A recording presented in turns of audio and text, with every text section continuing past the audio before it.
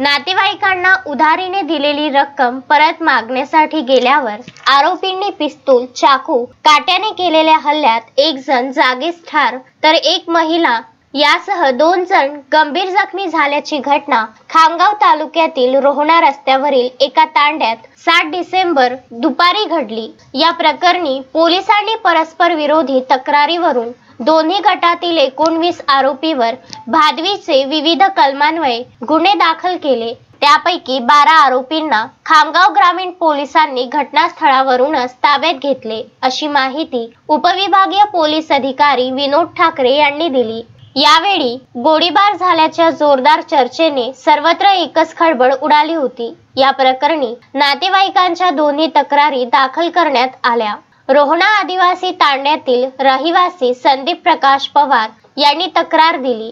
यामध्ये मेहकर तालुक्यातील फतेपूर आवासी पाड्यातील रहिवासी आरोपी आनंद चंद्रभान पवार यांच्यासह 6 आरोपींनी तक्रारकर्त्यांच्या वडिलांनी उधारीचे पैसे परत दिले नाहीत या कारणाने पिस्तूल सारख्या दिसणाऱ्या शस्त्राने हल्ला केल्याचे म्हटले। त्यामध्ये विलास पवार वय 45 वर्ष, शांता पवार वय 65 वर्ष हे गंभीर जखमी झाल्याचे म्हटले। त्यावरून पोलिसांनी 6 आरोपी विरुद्ध गैरकायद्याची मंडळी जमवून मारहाण करत खुनाचा प्रयत्न केल्याप्रकरणी गुन्हा दाखल केला आहे। प्रकरणाचा तपास सहाय्यक पोलीस निरीक्षक प्रफुल्ल गाडेकर करीत आहे।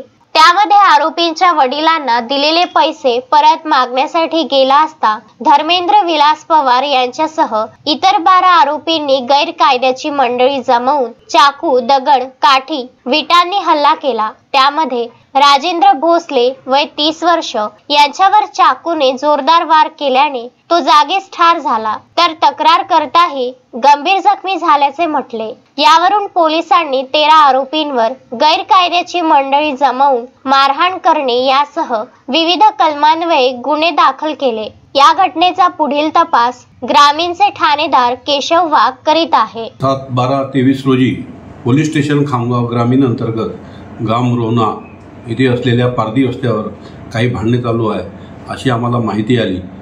त्यात काही फायर झाला वगैरे अशी काही माहिती आली। आम्ही त्याच्यासाठी शहानिशा करण्याकरता पोलीस स्टेशन खामगाव ग्रामीण याचे पोलीस निरीक्षक त्यांचा स्टाफ आम्ही स्वतः त्या ठिकाणी गेलो। त्या ठिकाणी गेल्यानंतर लक्षात आलं की त्या ठिकाणी तिचे जखमीला रवाना केले होते आमच्या पूर्वीच। त्यात चौकशी केली असता समजलं की पेन सावंगी पोलीस स्टेशन अमळापूरच्या हद्दीतील काही पारधी लोक त्या ठिकाणी येऊन ज्याच्याकडे उधारीचे काही पैसे होते पुसनवारीचे त्याची मागणी करत होते। त्याच्यातून त्यांचा तो वाद झाला असं समजले आणि त्याच्यामध्ये जवळपास 3 ते 4 लोक जखमी झाले असे समजले।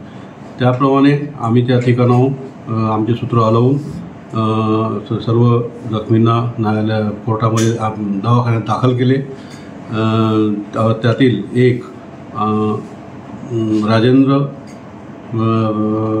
राजेंद्र सोनू भोसले वय 30 वर्ष पेनसावंगी राहणार पेनसावंगी हल्ली मुक्काम फतेपूरवाडी हा मयत झाल्याचे समजले।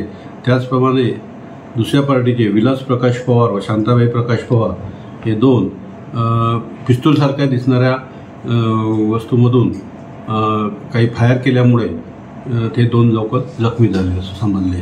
आम्ही त्या ठिकाणाहून आतापर्यंत त्या संबंधाने पोलीस स्टेशन खामगाव ग्राम येथे अपराध नंबर 426/23 व 27/23 असे 2 गुन्हे दाखल करण्यात आलेले आहे।